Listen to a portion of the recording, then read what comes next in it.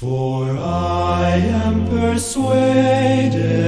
in my Lord that neither death nor life shall part,